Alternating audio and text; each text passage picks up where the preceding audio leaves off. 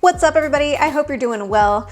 Well, I've shared in videos along the way that I've developed this schedule over time where in this season of life, I'm working super part-time while running these two businesses of private practice and private practice skills. And at least for now, this seems to hit a really nice sweet spot of balancing self-care with mom life, with living out my passions through these businesses, all while earning the income that I want to earn. But I didn't always have this approach to life. And in fact, before I had my first child, I worked way more than 40 hours a week while also commuting all across the San Francisco Bay in traffic on a daily basis and generally ascribing to this hustle culture where I was generally anxious and always aware of my to-do list, always trying to get more work done, be more productive with whatever time I had. And the reason why I did all this before was because I thought that was the only way to have success. But as it turns out, that hustle culture really wasn't necessary in order for me to lean into success,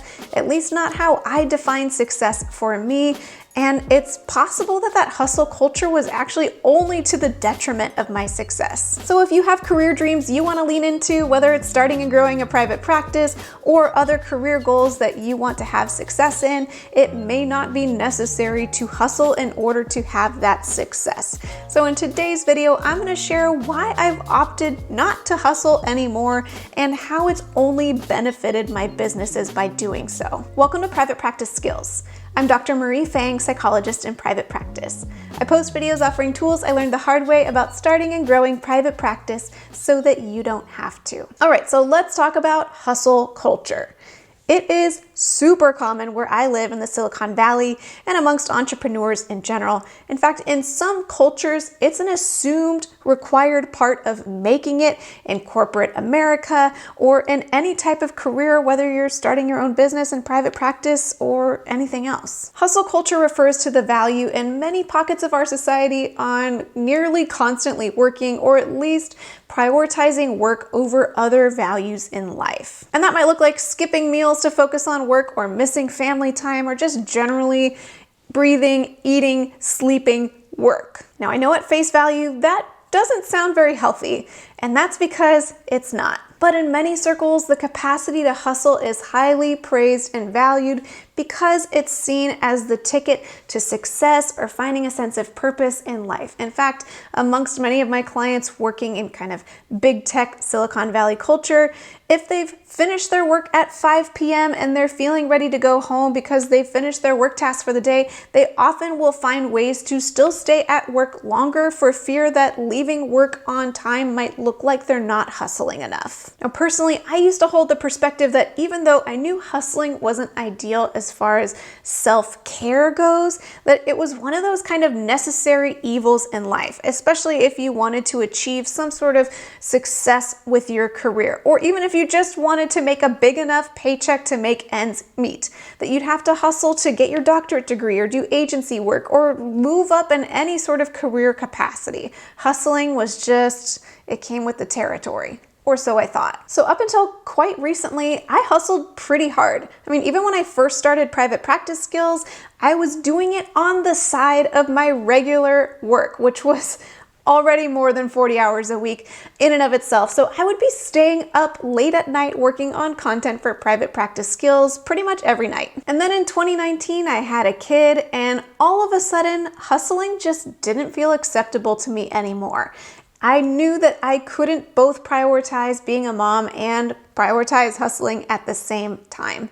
And in my friend circles, what I'd seen modeled is that for those friends who had kids who were also in a partnered relationship, one partner would hustle to bring in the paycheck while the other partner would release the career hustle in order to be a parent to their child. But this picture of being able to both be present as a parent while also advancing in career in a healthy way wasn't something that I've really seen modeled, at least within my circles. Now, I can't say that there was a specific moment in time where I had this like light bulb moment and I decided to release hustle culture all at once, but looking back, I definitely started working less and less, spending more time with my daughter, with my family, with my friends, doing the hobbies that I love, hanging out in my garden, working on it, and pointing at my garden that I can see here. and the hustle culture just kind of went away. And as far as career went, even though I was spending far less time focusing on my two businesses, my private practice and private practice skills, the time that I was spending focused on those businesses was really honed in on the parts of those businesses that really matter, that really align with my values, and letting things go that maybe were more peripheral to those businesses. And it may come as no surprise that as a result, from a self-care perspective, I am a much happier, more present-focused person. I mean, my life is highly interruptible in a way that aligns with my values. Like I can drop everything in order to prioritize the needs of a family member or a close friend. I can sit with my daughter, with my husband, and really listen to what they're doing or saying without having a to-do list kind of scrolling in the back of my mind. I can spend an hour lying on the couch in the middle of a workday like I did today without feeling guilty for all the productivity I could have been doing during that time but chose not to. Now, based on my initial thinking on this, as my self-care increased, I assumed that the success of my businesses would decrease or at least kind of plateau and grow stagnant.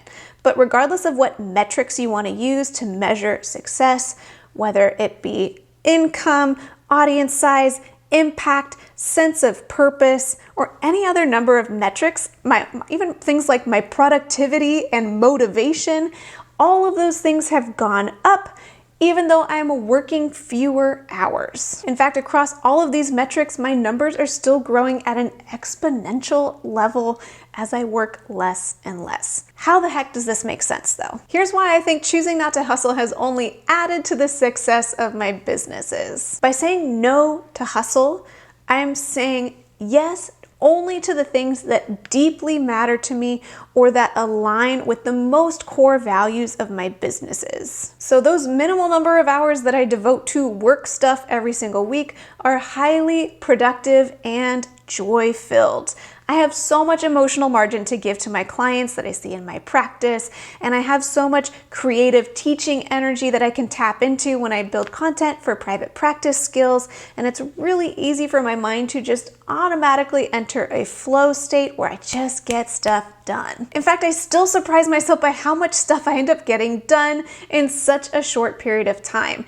Even in half the time or less of what I used to work, I get more stuff done. And that's because I really just focus on the stuff that matters. And it turns out I was wasting a lot of time on things that maybe didn't matter as much. And even though I'm skipping out on a bunch of stuff that would certainly help grow my business, if I was hustling in order to make those things happen, it would only be to my detriment, because not only would it be a less joyful experience for me as I hustled through them, I would also be less in touch with myself and less in touch with the present moment. The quality of my work would decline, and that would come through in the content that I'm creating. Now, I'm not trying to claim that I'm anti-hustle culture across the board.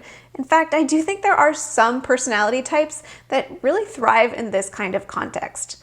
But I don't at all believe that hustling is the only ticket to success, including success in career, including success as an entrepreneur, including scaling your business's income upwards if that's something that you wish to do. And I do think hustle culture is detrimental to a lot of people, if not the average person. Now, I don't think I can make a video about opting out of hustle culture without acknowledging that the freedom to choose out of hustling is in and of itself a privilege. And for folks who are in survival mode, hustling may not be optional. I want to acknowledge that that is a reality. Sometimes you have to hustle in order to make ends meet, in order to care for your family, pay the bills, whatever it might be. The point that I'm trying to make here isn't that hustling is bad, and therefore if you are just barely trying to survive, too bad, you should hustle less. It's if you have the capacity to have a full life without hustling, it may not add value to your life or your career to choose into hustling despite that. If you need to hustle in order to make those ends meet or lean into your values, I have so much respect for that. And sometimes there are phases of life, and sometimes long phases of life, where it looks like that. So if that's where you're at and you can't choose out of hustle right now, even if you want to, I admire and respect your work. But If you're choosing into hustling, but you don't really need to, and you're not liking it, it's not serving you, you don't have to hustle. That's all. That's all I'm trying to say. And it might be to your benefit, not only from a self-care perspective, but to whatever career path you are trying to head down. If you are interested in learning more about how hustle culture can impact mental health, I've linked below to a study published in Occupational Medicine, which found that, surprise, surprise, increased work hours lead to higher rates of depression and anxiety, as well as worse sleep. No one is surprised hearing that, am I right? Ultimately, I'm wanting to convey in this video that there are multiple routes to success, not just one. And if you're opting in to hustle in order to pursue your dreams, or if you are required to hustle in order to survive right now, more power to you. But if you don't want to hustle, or you want to get out of the survival mode hustle phase of life, I believe that that is also an option for you, and you can still have success in your career. And before we close, I'd like to thank TherapyNotes.com for sponsoring this video. TherapyNotes helps with scheduling, notes, and billing. They have a HIPAA-secure telehealth platform included for all users, and they're constantly updating their features. They're taking in your feedback and making changes so that, it fits your needs. If you're wanting to check out TherapyNotes, you can have 2 months to try it for free with no commitment just by clicking the link in the description of this video. Well, I hope you found this video helpful wherever you might be at and how you pursue your career, whether you've been hustling for a long time and you're kind of over it and ready to opt out, or if you are a hustler at heart and you just wanted to feel validated knowing you have the choice to opt in or out. And until next time, from one therapist to another, I wish you well.